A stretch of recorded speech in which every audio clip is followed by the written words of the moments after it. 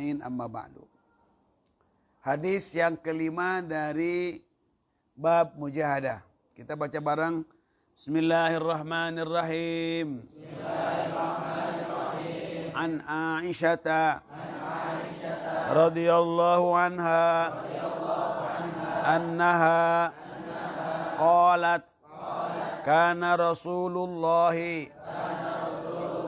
sallallahu alaihi wasallam idza dakhala al-ashru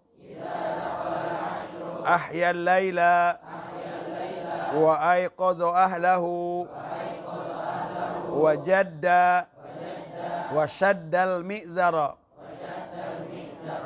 kana Rasulullah sallallahu alaihi wasallam idza dakhala al-ashru ahya al-laila wa ayqadha ahlahu wa jadda wa shadda al-mi'zara. Dari Sayyidah Aisyah. Ini nama istri Rasul yang sekarang ini sedang viral. Hampir semua orang artis-artis yang suaranya bagus, tapi yang jelek juga ada, melakukan Sayyidah Aisyah. Tapi lirik lagunya ini banyak dikritik oleh ulama-ulama. Di antaranya yang peduli itu adalah ulama-ulama dari Yaman. Yang keluaran mutakharij Yaman. Mutakharij dari Solatiyah. Atau juga dari Abuya Maliki, Mekah. Itu banyak ulama-ulama keluaran daripada yang tadi itu mengkritisi lirik lagu Sayyidah Aisyah itu. Karena dipandang tidak boleh seorang umat Rasul yang harus punya keyakinan bahwa istri Rasul adalah ibu kita. Dan ketika kita menyanjung-nyanjung ibu kita, walaupun benarlah ibu kita ini cantik gitu. Tapi tolonglah kalau menyanjung itu bukan kecantikannya. Itu yang pertama. Tapi kita berhak menyanjung, beradab kalau kita menyanjung ibu kita itu adalah jasanya, kasih sayangnya, perannya. Itu yang harus kita ungkapkan itu. Satu. Yang kedua, kalau kepada ibu itu ya jangan kita seenaknya kita bisa memanggil namanya. Jangan Aisyah itu. Ya sebaiknya kita kan orang Indonesia ini suka memanggilnya Siti Aisyah, Siti Khadijah. Itu maksudnya Sayyidah. Kan bagus kalau kita bilang Sayyidah Aisyah gitu. Ya Sayyidah, ya Ummah, ya Ummina. Itu kan bagus lah gitu. Nah ternyata ada yang menggantikannya. Tapi karena ini sudah duluan menyebar, nah sehingga ada yang ikut perbaikan, ada yang tidak. Nah, oleh karena itu nih yang punya suara-suara emas, santri-santri nih, suara-suaranya perak, suara-suara perunggu, kaleng rombeng. Coba ya, kalian kalau bisa menyampaikan madaih terhadap Sayyidah Aisyah, pilihlah yang sudah diperbaiki, yang sudah dirubah liriknya dengan yang lebih sopan, lebih santun, lebih kita ini hormat kepada Sayyidah Aisyah. Beliau ini memang betul-betul istri yang dikader oleh Rasul Shallallahu Alaihi Wasallam karena memang beliau ini masih muda, karena memang beliau ini adalah orang yang sangat pinter. Nih berkah daripada Sayyidah Aisyah. Kita tahu kepribadian Rasul Shallallahu Alaihi Wasallam sampai hal-hal yang mungkin tidak bisa terungkap oleh orang lain. Seperti bagaimana tidurnya Rasul, bagaimana mandinya Rasul, bagaimana satu Rasul, dua Rasul, kemudian tidurnya Rasul secara suami istri itu terungkap daripada Sayyidah Aisyah radhiyallahu anha. Jadi sayangnya Rasul luar biasa, bukan hanya fisiknya doang yang disayang oleh Rasul sallallahu alaihi wasallam. Bukan. Karena Rasul sallallahu alaihi wasallam ya, kalau bagi kita begini, Allah itu akan menjadikan Rasul bahagia, itu tidak usah dengan seorang wanita yang muda, yang cantik, tidak usah, tidak usah. Kalaupun misalkan, ini misal saja, maaf, ini misalkan saja. Kalau Rasul memang dinikahkan oleh Allah dengan nenek-nenek tua, peot, rentak sekalipun, ulangi lagi, kalau itu Allah Subhanahu wa taala tidak akan membiarkan Rasulnya tidak bahagia. Ulangi lagi. Tidak bakal membiarkan Rasulnya tidak bahagia. Ketika Allah suruh Rasul itu nikah walaupun dengan nenek-nenek. Begitu. Gampang bagi Allah. Untuk memudahkan kembali. Seperti ceritanya siapa? Istrinya Nabi Ayub alaihissalam. Siti Rohmah namanya. Itu dalam beberapa tafsir.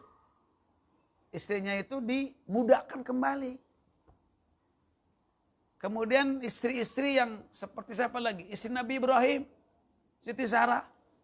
Sudah tua. Dimudahkan lagi bisa melahirkan. Bisa hamil dalam keadaan sudah tua. Itu kan artinya diremajakan lagi. Bukankah Sayyidah Khadijah itu dinikah oleh Rasul dalam usia yang tua, 40 tahun. Tapi berkali-kali beliau bisa melahirkan lagi dari anak Rasul sallallahu alaihi wasallam. Ini artinya kan dimudahkan lagi. Dimudahkan lagi, ulangi lagi. Awas anak-anak, adik-adik, semuanya weh. Hati-hati ya. Allah itu akan buat gembira, bahagia. Walaupun sekarang Sayyidah Aisyah usia berapa tahun? 9 tahun. Misalkan nikah dengan Rasul. Jangan pakai akal. Allah akan berikan kebahagiaan kepada istri-istri Rasul. Walaupun Sayyidah Aisyah 9 tahun, 12 tahun, 13 tahun. Digauli oleh Rasul sallallahu alaihi wasallam misalkan. Itu Allah akan berikan kebahagiaan kepada beliau itu. Sampai bahagia sebahagia-bahagianya. Bagaimana Sayyidah Aisyah bangga menjadi istri Rasul. Coba lihat dalam hadis-hadisnya. Rasul itu kalau sholat mencium dulu dirinya. Itu kata ahli hadis, itu adalah merupakan kebanggaan Sayyidah Aisyah. Kebanggaan Sayyidah Aisyah. Nah sekarang kok ada orang kok Kiai Gondrong ngomong katanya, nggak masuk akal lah ibaratnya. Masa iya anak kecil kok bisa bahagia dengan menikahi atau dinikahi oleh kakek-kakek. La haula wala quwata illa billah.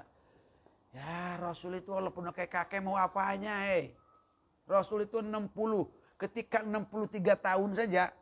Rasul itu berangkat dari Madinah ke Mekah pakai kuda. Perjalanan 480 kilo pakai kuda. Keadaan panas pakai kuda. Sampai ke Mekah kemudian beliau itu melaksanakan tawaf. Melaksanakan umroh. Terus jalan kemana? Ke Arafah. Dari Arafah kemana? Ke Muzdalifah. Dari Muzdalifah kemana? Ke Mina. Ke Mina ke Mekah. Berhari-hari Rasul di situ. Setelah itu jalan lagi. Padahal usia Rasul 63 tahun. Wah kalau kita kebayangkan kalau musim haji sekarang ini. Usia 60 sekian tahun. Jalan kayak Rasul sallallahu alaihi wasallam. Wah, ringsak. Tahu ringsak enggak? Ringsak. Tapi Rasul sallallahu alaihi wasallam. Dan apanya? Yang diragukan oleh Rasul. Oh, kalau udah tua apa mana tahan. Maaf nih. Rasul itu kalau Rasul itu harus hubungan suami istri. Misalkan 30 istri dalam semalam. Kuat Rasul itu. Kamu jangan menganggap sepele Rasul sallallahu alaihi wasallam. Ini kalau Abi ngomong begini ini bukan menghina Rasul nih. Artinya Apanya coba? Yang mau diragukan daripada Rasul sallallahu alaihi wasallam. Nah, istri-istrinya Rasul itu wa azwajuhu ummahatuhum. Istri-istri Rasul itu adalah ibu-ibunya kaum mukminin. Allah karim. Sudah. Beliau menyatakan, katanya Rasul sallallahu alaihi wasallam, idza dakhalal asyru, apabila masuk asyru. Al asyru di sini 10 maksudnya apabila masuk 10 awakhir Ramadan. Apabila masuk 10 awakhir Ramadan. Jadi Ramadan ini kalau 30 hari dibagi 3. Ya disebutnya. Ramadan 10 pertama itu disebutnya adalah rahmat. Ya. Kemudian yang kedua disebutnya apa? Magfirah. Yang ketiganya adalah itkum minan nar. Walaupun misalkan hadisnya itu dipandang dhaif, tapi kita sebut ada hadis mengenai asrul awakhir. 10 terakhir. Ada 10 yang disebutkan wal fajri walayalin ashri. Ada demi malam yang 10. Kata ulama katanya ini yang malam yang 10 yang pertama 10 asrul awakhir akhir Ramadan. Kenapa? Karena di situ ada malam Lailatul Qadar. Kata Nabi, taharu Lailatul Qadri fil asril awakhir min Ramadan. Cari-cari oleh kamu. Cari-cari Lailatul Qadar itu pada malam terakhir bulan Ramadan. Cari oleh kamu itu. Kalau kita mendapatkan satu hari saja, satu kali saja dalam seumur hidup kita mendapatkan keutamaan Lailatul Qadar. Satu kali saja dalam seumur hidup kita yang Allah Subhanahu wa taala menyatakan bahwa satu malam itu khairum min alfi syahr, lebih hebat daripada 1000 bulan. 1000 bulan itu berapa? 83 tahun 4 bulan. Sementara usia umur daripada umat Rasulullah, kata Rasul baina sittina wa sab'ina sana, antara 60-70 tahun saja. Maksudnya apa? Kalau satu kali saja kita memperoleh Lailatul Qadar, maka kita akan mendapatkan anugerah pahala lebih panjang, lebih hebat daripada usia kita. Cuman cobain orang Indonesia.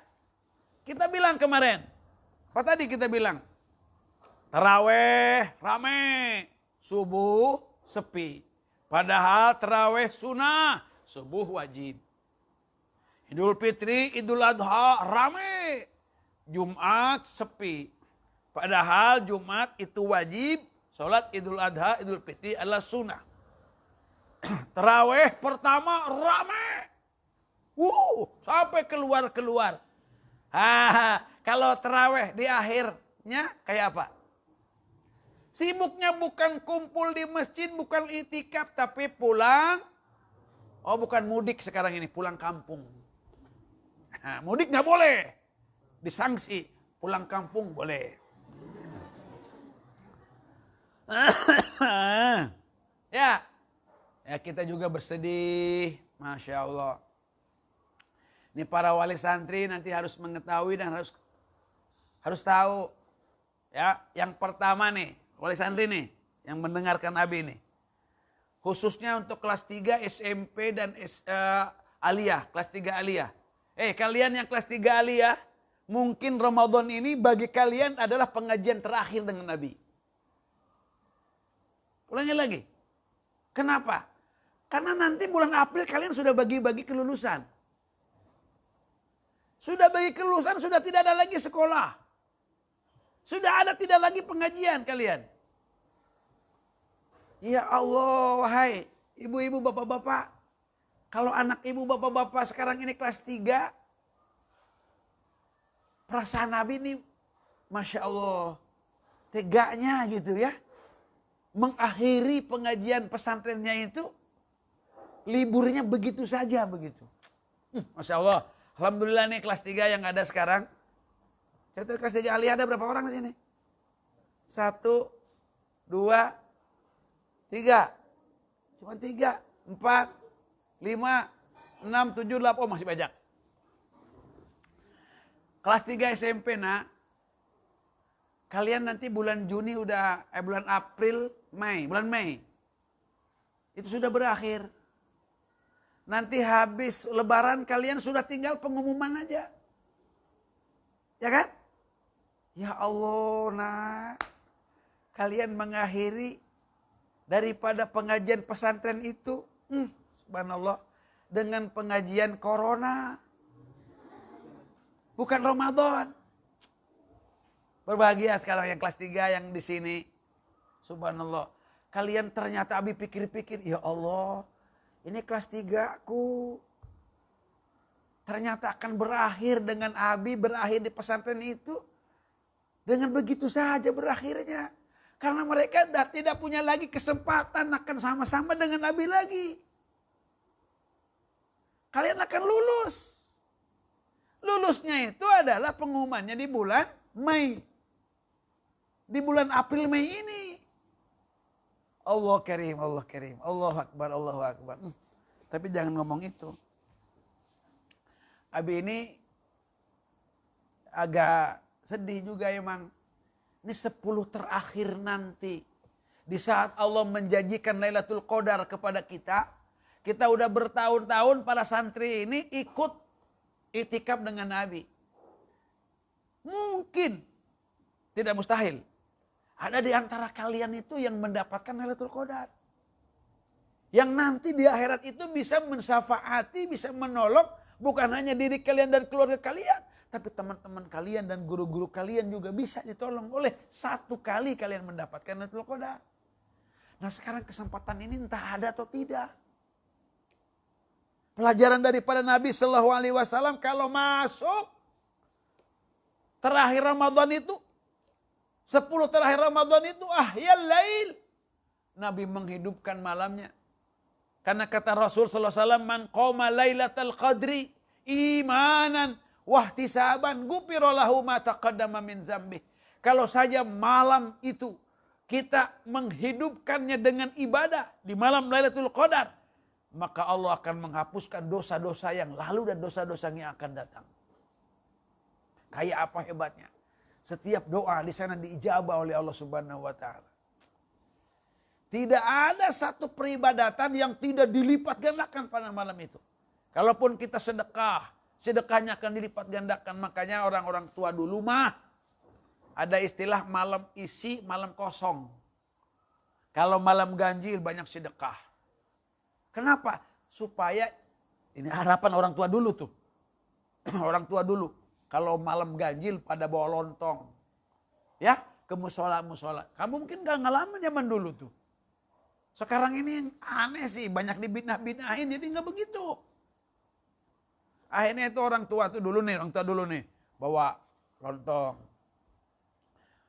Nek, buat apa itu nek? Pan aina malam likuran lain cina. Malam likur disebutnya. Nah. Salikur malam 1 itu berarti 21 ya. 2 likur malam. Lagi terus likuran disebutnya teh. Ini ganjil nih, malam ganjil. Malam 21, malam 23 malam dia sedekah.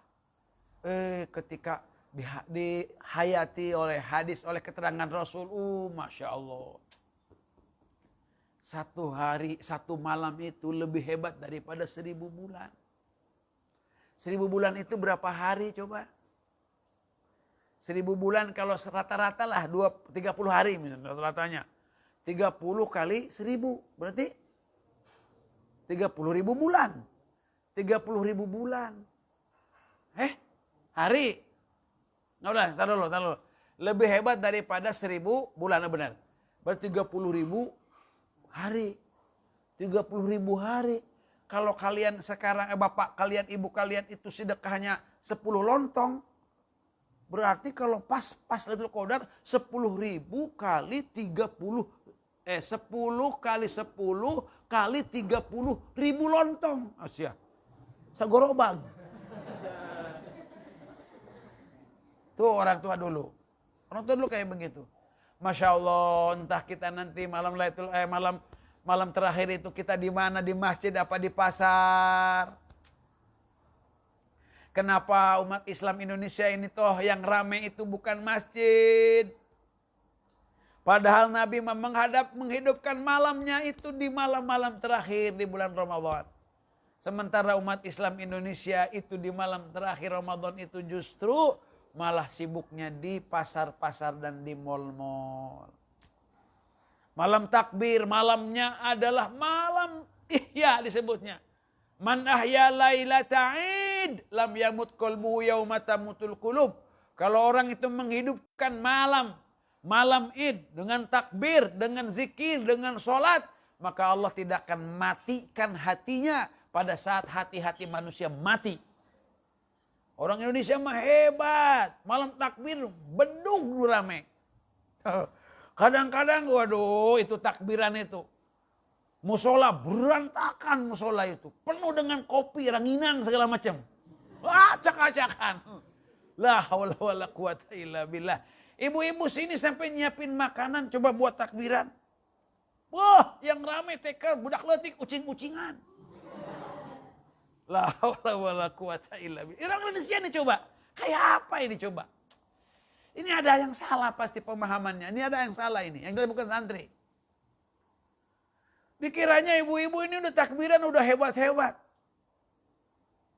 Katanya ini anak muda hebat bener, ini takbirannya kok hebat-hebat, bagus-bagus. Begitu. Dilihatnya Masya Allah di musolanya pada tidur, yang takbiran tuh kaset. Tip. La haula wala quwata illa billah. Itu yang takbiran begadang, malam. Begadang, takbiran, bedug yang dipukulin. Subuh nggak sholat. Neng, ini fenomena ini nak. Ini gambaran keadaan kita. Apa sebenarnya yang mereka cari? Coba bentar lagi nanti malam. Sahur, sahur. Waduh, sahur.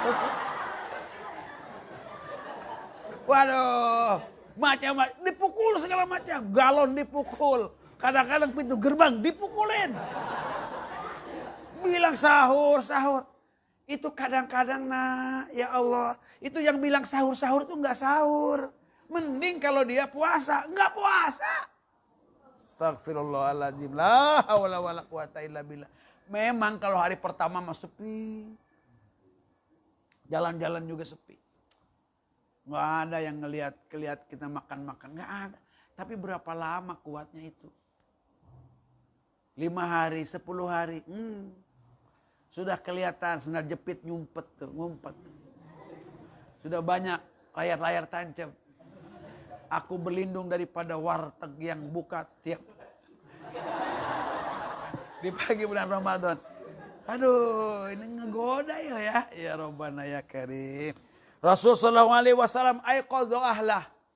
Membangunkan keluarganya. Dibangunkan keluarga. Makanya luar biasa. Siapa yang mau ikut itikaf angkat tangan? Subhanallah. Ini tuh, bangunkan. Kita bangun, kita itikaf, kemudian kita bangun malam. Kemudian wajadda wa syaddal mi'zar. Rasul bersungguh-sungguh dan Rasul mengencangkan mi'zar itu kainnya. Ini menurut para ulama ini adalah hanya sebagai apa namanya? Sebagai kinayah. Saja gambaran saja bahwa Rasul selama Rasul itu iktikaf, Rasul menjauhi keluarga dan istrinya. Wala tubashiruhunna wa antum akifuna fil masajid. Tidak boleh kita ini menggauli istri-istri kita kalau kita sedang iktikaf di masjid-masjid. Mudah-mudahan Allah takdirkan kita bisa beriktikaf di akhir bulan Ramadan. Wallahu a'lam bis